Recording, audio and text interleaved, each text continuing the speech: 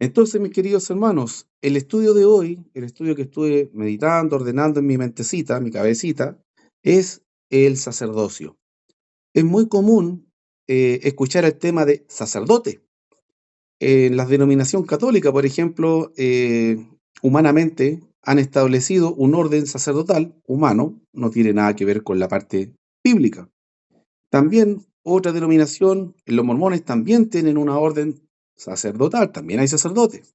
Y así, en otras denominaciones, todo invento de hombre. Nosotros vamos a ver lo que la Biblia enseña acerca de un sacerdote. Bien, vamos a ver lo que la Biblia dice acerca de un sacerdote. Y ahí van a quedar fuera, ¿no es cierto?, todos estos pseudo sacerdotes o falsos sacerdotes. Muy bien, lo primero es entender qué es un sacerdote. Pongamos atención. Un sacerdote es la persona elegida por Dios para interceder entre los hombres y Dios. Bien, la función del sacerdote es representarnos a nosotros con Dios. Es un representante que Dios elige para con Dios. En el Antiguo Testamento había pero un montón de sacerdotes paganos, un montón de sacerdotes que no eran de Israel.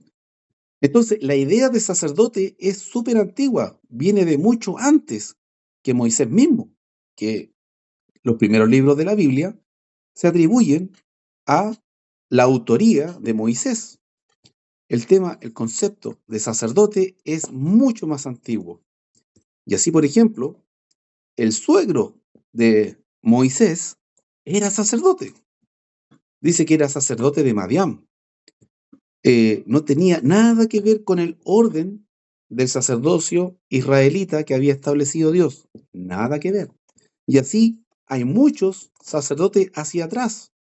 Bien, muy conocida la historia de muchos sacerdotes, por ejemplo, en el tiempo de Elías, cuando los falsos sacerdotes invocaban a Dios y estuvieron un día invocando a Dios y no pasó nada, porque eran sacerdotes paganos, adoraban a un Dios falso. Entonces, en el contexto de lo que es el Antiguo Testamento, tenemos el sacerdocio israelita, ¿ya? ¿Cómo empieza la historia?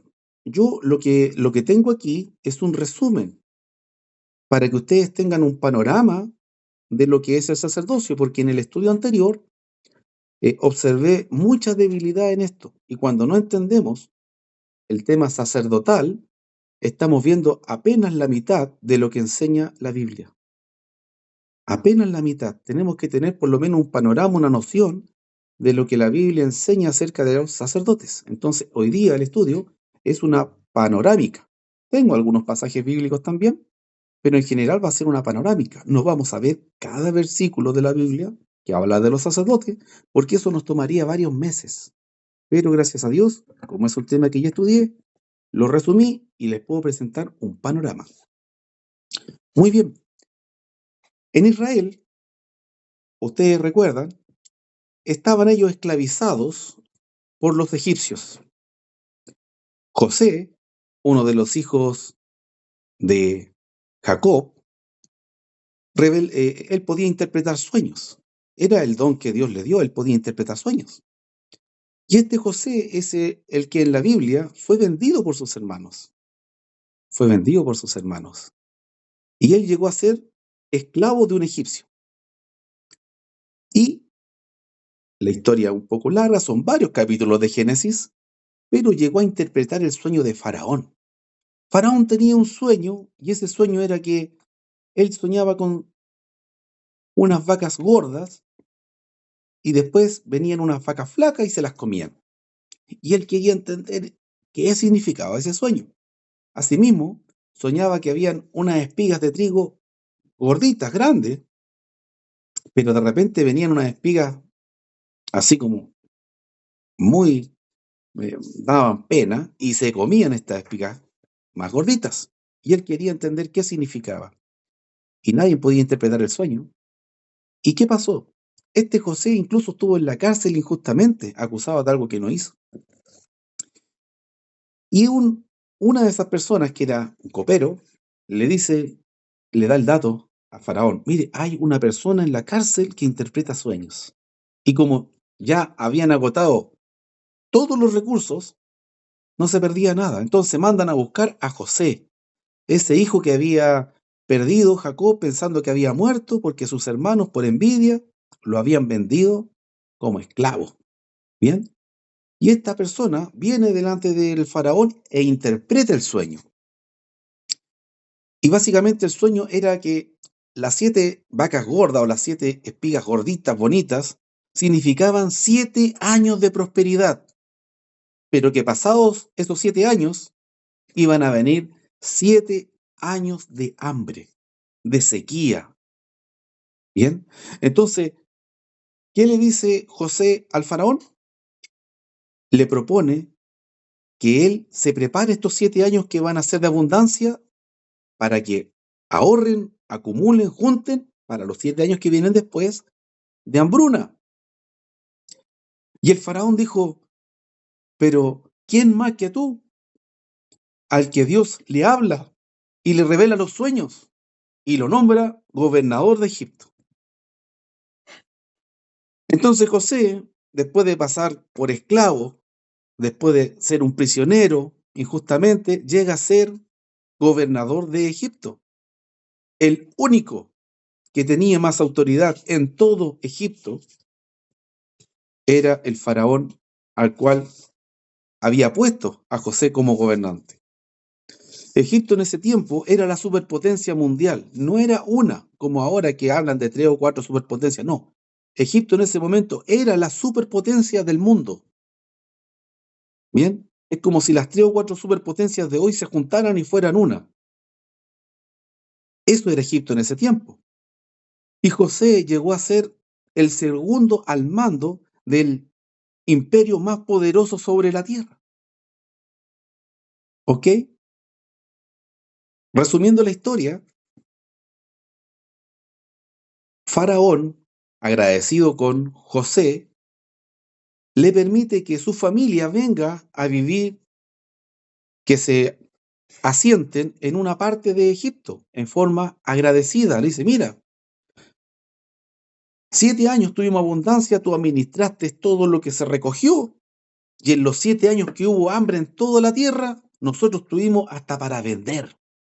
Y Egipto se hizo mucho más rico de lo que ya era. Así que le cedió una parte de Egipto que se llamaba Gosen. Y en Gosen entraron un número bien reducido de personas. Estamos hablando de unas 70 personas, que eran los hermanos de José, su aún padre, ¿no es cierto? Y su familia, sus cuñadas, qué sé yo, también sus siervos, y ahí alojaron. Pero Dios tenía un plan. Dios le dijo a Abraham, cuando le prometió la tierra que iba a heredar su descendencia: tu descendencia va a ser esclava 400 años en Egipto. Esas fueron las palabras de Dios. Pero yo, pasado ese tiempo, los voy a libertar. Entonces, todo dentro del plan de Dios, estas 70 personas, si no mal recuerdo, se reprodujeron y llegaron a ser más o menos 650.000, solo contando los varones mayores de edad. 20 años, si no me equivoco, era la mayoría de edad en ese tiempo, culturalmente hablando. Es decir, si un niño, pues, un joven, tenía menos de 20 años, no se contaba. Si era mujer, tampoco se contaba.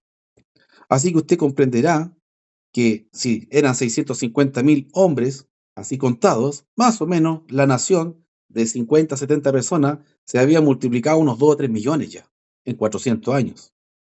¿Cuál era el problema? Eran esclavos. Y ahí es cuando Dios levanta a Moisés para que él sea el mediador, ¿no es cierto?, entre Dios y el pueblo. Y Moisés traía palabra de Dios al pueblo. Si se dan cuenta, La función de Moisés era inversa a un sacerdote. Él no intercedía entre las personas para con Dios, sino intercedía desde Dios hacia las personas. Y la función inversa del sacerdote la conocemos en la Biblia como profeta. El profeta intercede desde Dios hacia las personas. El sacerdote intercede desde las personas hacia Dios. Entonces, Dios establece a Moisés como profeta. Y este Moisés es el que vemos normalmente en Semana Santa, ¿no es cierto? En las mismas películas de siempre, de hace como 50 años, pero que no nos aburrimos nunca de ver porque son verdad de Dios. Cuando Moisés, ¿no es cierto?, es usado por Dios y vienen las plagas y abre el mar rojo, todo eso. Hasta ahí todavía no existían sacerdotes en Israel. Todavía no habían sacerdotes. ¿Qué ocurrió? Si ustedes recuerdan, en una de esas caminatas de Israel, ya libres de la esclavitud de Egipto, hubo un momento en que al pueblo no se le ocurrió nada mejor que empezar a adorar el becerro de oro. Empezaron a adorar el becerro de oro. ¿Y qué ocurrió? Dios se enojó porque ya les había enseñado que no tenían que ser idólatras, andar adorando cosas muertas. Todas esas ideas venían arrastradas ¿de dónde? De Egipto, porque ellos habían sido esclavos en Egipto. Como esclavos de Egipto, ellos estaban trayendo todas las malas costumbres, las prácticas paganas y las estaban ejerciendo. Dios de a poquito los tuvo que ir corrigiendo y enseñándole lo que no debían hacer. Pero Dios nunca más se olvidó de que el pueblo había adorado al becerro de oro. Y, atención, porque ahí es cuando Dios levanta a los sacerdotes de Israel. Hubo una tribu que no adoró el becerro de oro. Israel se compone básicamente de 12 tribus, pero hubo una sola que no adoró el becerro de oro. Y Dios escogió esa tribu para hacer el sacerdocio. Y distribuyó la tierra en 11 lugares y lo repartió a las 11 tribus. Y a la tribu de los que iban a ser sacerdotes no les tocó tierra, porque Dios les dijo, yo voy a ser tu heredad, yo soy tu herencia. Es decir, las demás tribus, las otras 11 tribus, iban a tener que sustentar a esta tribu que no tenía tierra. Ellos no tenían tierra ni para criar animales, ni para sembrar, nada. Ellos se iban a encargar de la parte religiosa. ¿Alguno de ustedes sabe o se acuerda qué tribu fue esa?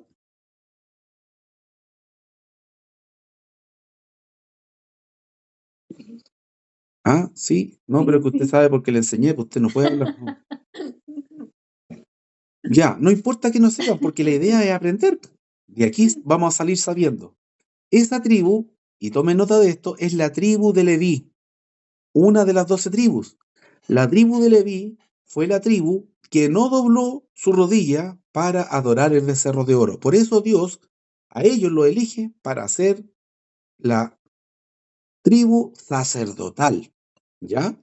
Entonces todos los levitas, que era la tribu de Leví, pasaron a ser los sacerdotes de Israel. ¿Ya? Ese es el origen. Y ustedes han escuchado el concepto de sumo sacerdote. El sumo sacerdote es el jefe de los sacerdotes. Bien, es el que está al mando, el jefe de los sacerdotes. ¿Ya? Y Dios nombra al hermano de Moisés como el jefe de los sacerdotes. ¿Quién se acuerda cómo se llamaba el hermano de Moisés? Aarón. Perfecto. Aarón, ¿no? ¿Quién lo dijo? No, no me di cuenta. Carlos Carvajal. Perfecto, felicitaciones, Carlos. Gracias. Entonces, Aarón, el hermano de Moisés, es nominado por Dios para ser el jefe de los sacerdotes. Y sus hijos, los primeros sacerdotes.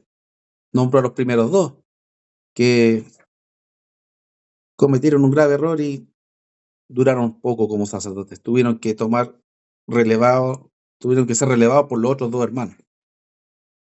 Una historia trágica. La puede ver usted en Levítico 10, si no me equivoco. Levítico capítulo 10.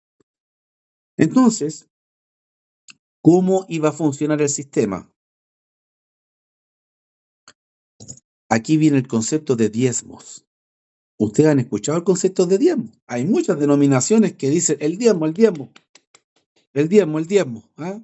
Nosotros entendemos que eso no aplica en el tiempo del Nuevo Testamento, de lo que es la iglesia bíblica. Entendemos que el diezmo no corre. Pero en el tiempo de los sacerdotes, sí. Y vamos a explicar cómo funciona esto. El concepto de diezmo también es muy anterior al pueblo de Israel. Muy anterior. Por ejemplo, a Abraham, al que se le hizo la promesa de tener una descendencia. Imagínense. Abraham tuvo solamente un hijo. Y ese hijo tuvo dos hijos. Dios elige a uno y ahí vienen los 12 hijos de donde vienen las tribus. Pero pasaron muchos siglos, muchos años. Y en el tiempo de Abraham, al que se le hizo la promesa, ya se usaba el tema del diezmo. Hubo un personaje, un sacerdote del Dios Altísimo, que es llamado en el Antiguo Testamento Melquisedec. Y dicen que Jesús es del linaje de Melquisedec. Y ocurre que Abraham dio los diezmos a Melquisedec. O sea, la idea de diezmo es siglos antes del pueblo de Israel, no es algo nuevo. Dios lo que hizo fue tomar esa práctica que ya existía e implementarla como mandamiento en el pueblo israelita. Y las demás tribus tenían la obligación, el deber de diezmar a los levitas, porque los levitas no sembraban, no criaban animales, etc. Ellos se iban a dedicar a las cosas sagradas, pero mientras tanto tenían que comer. Entonces, el diezmo era un sustento para los levitas, para la tribu que se iba a dedicar a la parte sagrada, religiosa del pueblo. También, yo les mencionaba, el sacerdote cumple la función de interceder entre las personas y Dios. Una persona que había cometido una falta, si necesitaba, por ejemplo, reconciliarse con Dios, tenía que ofrecer una víctima, un animalito, que era sacrificado por su pecado. Nosotros entendemos que en el Nuevo Testamento ese animalito santo sin pecado es Jesús. En el Antiguo Testamento el animalito servía para una sola vez. ¿Y en qué consistía el sistema religioso? La persona lo llevaba al sacerdote, el sacerdote lo sacrificaba para que esa persona estuviera reconciliada con Dios. Básicamente este acto, ¿de qué se trataba? Se trataba de que la persona que había cometido un pecado tomara conciencia de que el pecado es algo que desagrada a Dios y que el pecado arrastra muerte. Fíjese que cada vez que una persona cometía un pecado, tenía que llevar un animalito al sacerdote y el sacerdote lo degollaba para que con esa sangre esa persona fuera expiada espiritualmente, limpiada, para que quedara sin pecado de nuevo. Fue una forma de hacer conciencia de que el pecado es tóxico espiritualmente. El pecado acarrea muerte espiritual. Y moría un animalito, visiblemente. Fue una forma de hacer conciencia en las personas. Pero ese animalito no se botaba a la basura, ¿no? Ese animalito lo consumían los sacerdotes. Y los sacerdotes tenían familias. Entonces, de ese animalito podía comer el sacerdote, su esposa, sus hijos, etcétera. Y así Dios hizo un sistema religioso perfecto. Los sacerdotes se dedicaban entonces a enseñar. Eran los profesores de Israel. Esa era la función de los sacerdotes, enseñar al pueblo y ministrar en las cosas sagradas. Si yo quería, por ejemplo, entregarle a Dios algo, tenía que dárselo al sacerdote. El sacerdote era el representante de Dios. Para yo llegar a Dios, necesitaba ir al sacerdote. Dios no me recibía nada a mí directamente. Él había establecido a los sacerdotes para yo poder entregarle algo a él. Si yo estaba agradecido con Dios y quería darle a Dios un saco de trigo, yo iba al sacerdote y le decía, esto es para Dios, porque me fue muy bien. Esto es una ofrenda, no es ninguna obligación, un acto de gratitud. Pero yo no podía tomar el saco y tirarlo al cielo o tirarlo al mar o a un acantilado y decir, Dios, esto es para ti y tirarlo. No, eso sería un desperdicio. Entonces, todo lo que uno quería hacerle llegar a Dios, ya sea arrepentimiento, ya sea agradecimiento, el canal establecido por Dios eran los sacerdotes. Y al mismo tiempo los sacerdotes le enseñaban al pueblo. De esa manera, el sacerdote podía estar preocupado de qué, de enseñar, de estar preocupado de las cosas del templo. En el principio el templo era un tabernáculo que se andaba moviendo para todos lados, pero después se estableció y construyeron un templo que lo hicieron 2 veces y ahora no hay ninguno, pero no importa porque eso fue el Antiguo Testamento.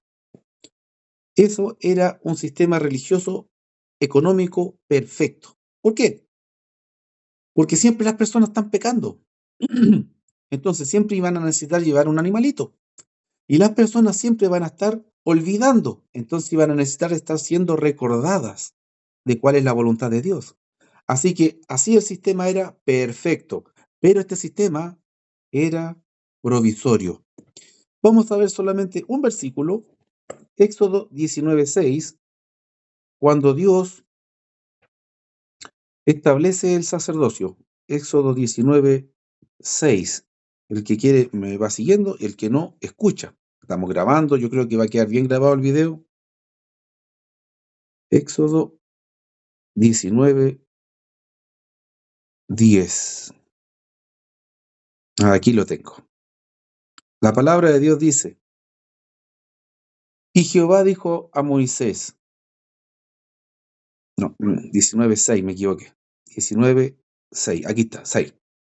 Dice, y vosotros me seréis un reino de sacerdotes y gente santa. Estas son las palabras que dirás a los hijos de Israel. Bueno, aquí se está estableciendo el antiguo pacto. Aquí está Israel en el monte Sinaí, etcétera. Esa historia como que nos desviaría. Pero aquí están las palabras de Dios donde dice, ustedes van a ser un pueblo santo, un pueblo de sacerdotes. Muy bien. Pero ¿qué es importante entender?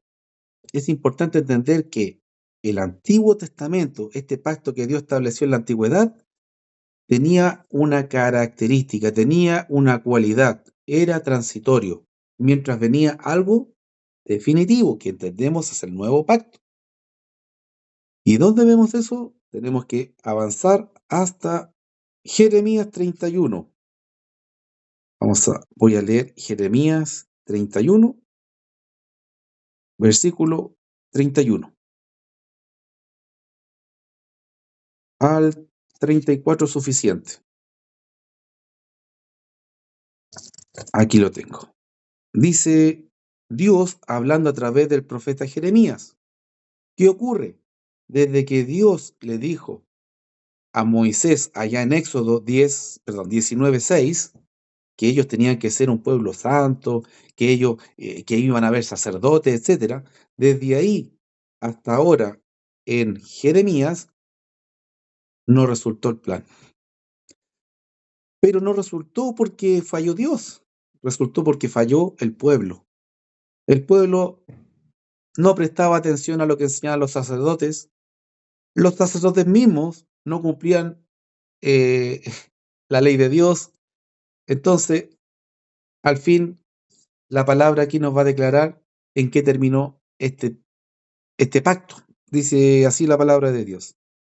He aquí vienen días, dice Jehová, en los que haré un nuevo pacto con la casa de Israel y con la casa de Judá. No como el pacto que hice con sus padres el día que tomé su mano para sacarlos de Egipto, porque ellos invalidaron mi pacto, aunque yo fui un marido para ellos. Dice Jehová. Este es el pacto que haré con la casa de Israel después de aquellos días, dice Jehová. Daré mi ley en su mente y la escribiré en su corazón. Yo seré a ellos por Dios y ellos serán a mí por pueblo.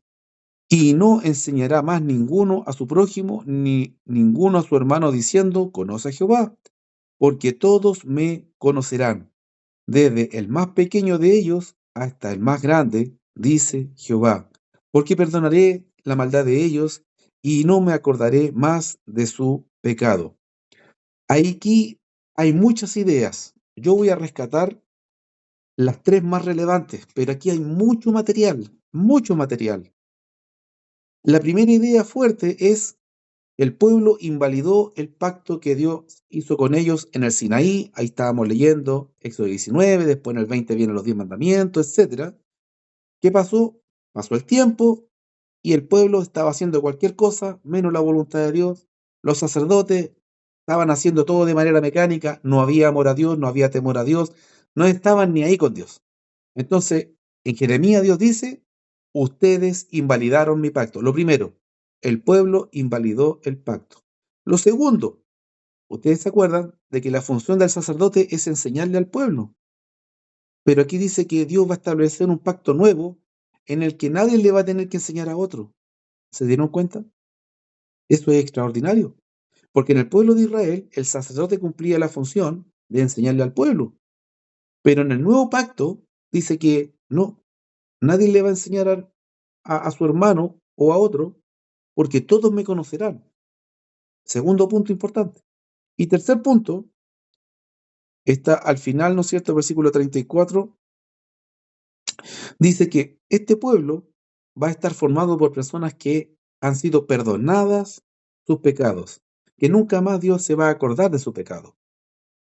Y hasta aquí nosotros podríamos preguntarnos, ¿cuál es el pueblo, que no es Israel, obviamente, porque Israel está aquí invalidado como pueblo? Ellos invalidaron el pacto de Dios.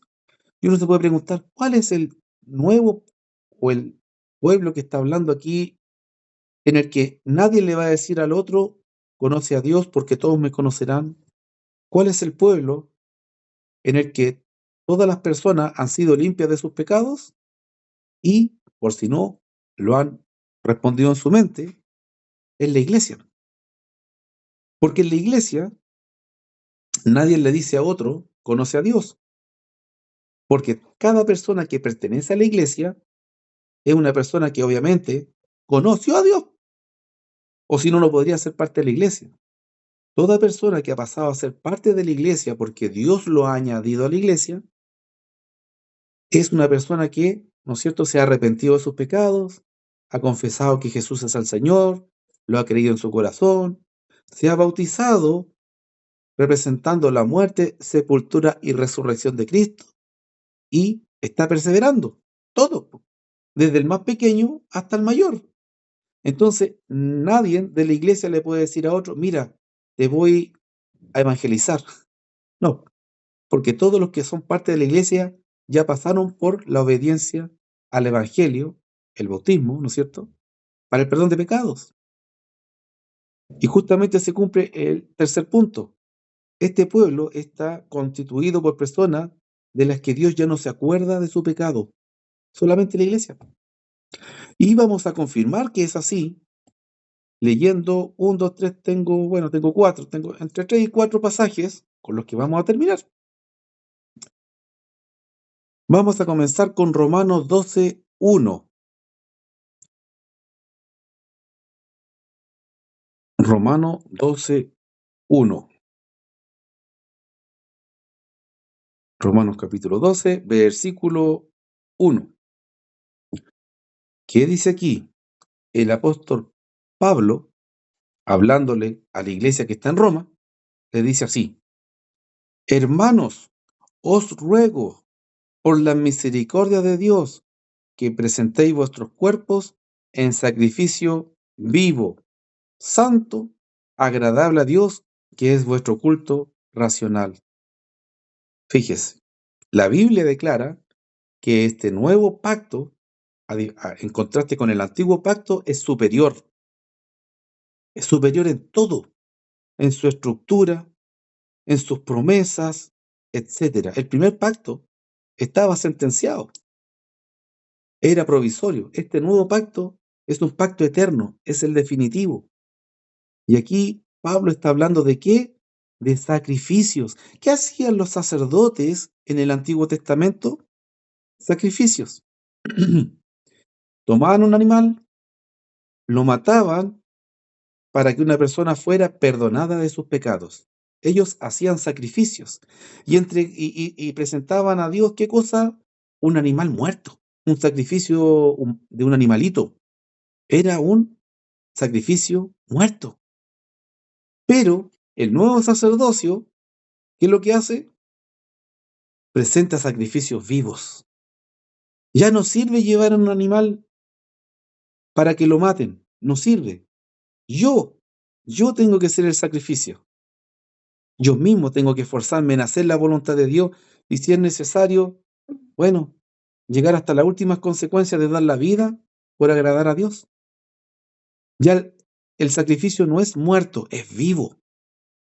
Bien, y está hablándole a la iglesia, dice: por la misericordia de Dios, les ruego que presenten sus cuerpos como un sacrificio vivo y santo y agradable a Dios. ¿Se dan cuenta que es superior? Vamos a ver otro pasaje. Mire, Primera de Pedro 2:9. Primera de Pedro, capítulo 2, versículo 9. Dice así: mas vosotros sois. El apóstol Pedro le está hablando a la iglesia y ¿qué les dice? Vosotros sois linaje escogido. Ustedes no son cualquier linaje. Ustedes son un linaje especial, escogido, dice. Real sacerdocio. Ese real no es real de verdadero, sino real de la realeza. Nación santa. ¿Dónde estuvimos viendo esto poco antes? En Éxodo 19:6. El deseo de Dios para con Israel era que fuera un pueblo de sacerdotes, una nación santa. ¿Se cumplió el plan? No. ¿Quién falló? Israel, porque dependían de sacrificios muertos. Pero el nuevo pacto se establece con un sacrificio vivo. Cristo mismo siendo el sacrificio nuestro para nosotros llegar al Padre. Tremendo. Entonces dice el apóstol Pedro a la iglesia: vosotros sois linaje escogido, un sacerdocio real, una nación santa, un pueblo adquirido por Dios. Cada una de esas cosas nos da para pensar profundamente lo que es la iglesia. Y tiene un propósito. No estamos hablando del propósito, pero está en el versículo, lo vamos a tener que leer. Dice: para que nos anunciéis las virtudes de aquel que os llamó de las tinieblas a su luz admirable. Es decir, la iglesia es iglesia para anunciar a otros que están, obviamente, en tinieblas, la luz de Dios. Porque entre nosotros no nos podemos decir conoce a Dios, si somos todos sacerdotes. En el Nuevo Testamento, cada cristiano es constituido por Dios un sacerdote para ofrecer por sí mismo un sacrificio vivo con su vida delante de Dios. ¿Ok? Pero, aquí lo vemos al final del versículo, que los sacerdotes tienen que enseñar, pero no le tienen que enseñar tanto a otro, que quizás sabe más que él. El que ya está en la luz por la misericordia de Dios tiene la obligación de hablarle a otro que está en oscuridad. Así que el sacerdote sigue siendo alguien que enseña, pero ya no a sus hermanos, sino a los que todavía no lo son, a los que todavía no son hijos de Dios. No han recibido ni el perdón ni la adopción. Y ofrecen sacrificios vivos, no muertos. ¿Bien? Y vamos a ver Apocalipsis. Al menos vamos a ver un versículo. Vamos a ir a Apocalipsis. Vamos a Apocalipsis. Vamos a ir al capítulo 1. Apocalipsis, capítulo 1. Y vamos a ver el versículo 6. Sí, perfecto. Perfecto. 1:6. Dice la palabra de Dios en Apocalipsis 1:6. Y nos hizo reyes y sacerdotes para Dios, su Padre. A Él sea gloria e imperio por los siglos de los siglos. Ustedes pueden leer el contexto y está hablando de la iglesia. Nosotros fuimos hechos sacerdotes del Dios Altísimo. Cada cristiano que confesó a Jesús como su Salvador, que lo creyó en su corazón, que lo confesó con su boca, que se arrepintió en el pasado de haber ofendido o haber hecho cualquier cosa contraria a la voluntad de Dios y fue bautizado para obedecer la muerte, sepultura y resurrección de Cristo, cada una de las personas que ha hecho eso y persevera, obviamente, ha sido constituido por Dios como un sacerdote real, un sacerdote para ofrecer sacrificios a Dios, pero no muertos, sino vivos. Bien, esta misma idea está en el capítulo 5, versículo 11, 10, 5, 10, aquí. Dice la palabra, y nos has hecho para nuestro Dios reyes y sacerdotes, y reinaremos sobre la tierra. La misma idea. En pocas palabras, ¿por qué tanto esto de real, de rey, de realeza? Bueno, es muy sencillo. Dios es el rey de todo, el rey del universo, el rey del cielo, el rey de todo. Y si nosotros somos de Él, pasamos a ser parte de la realeza también divina. Él, Dios, nos hace parte de su naturaleza. ¿Bien? ¿Qué más puedo agregar? Creo que estaríamos listos con un panorama de lo que es el sacerdocio antiguo versus Nuevo Testamento. Podemos redondear ideas, pero vamos a dejar el estudio hasta aquí. Vamos a dejar hasta aquí el video. Voy a abrir la oportunidad para que cada uno haga preguntas. Si no hacen preguntas ustedes, las voy a hacer yo.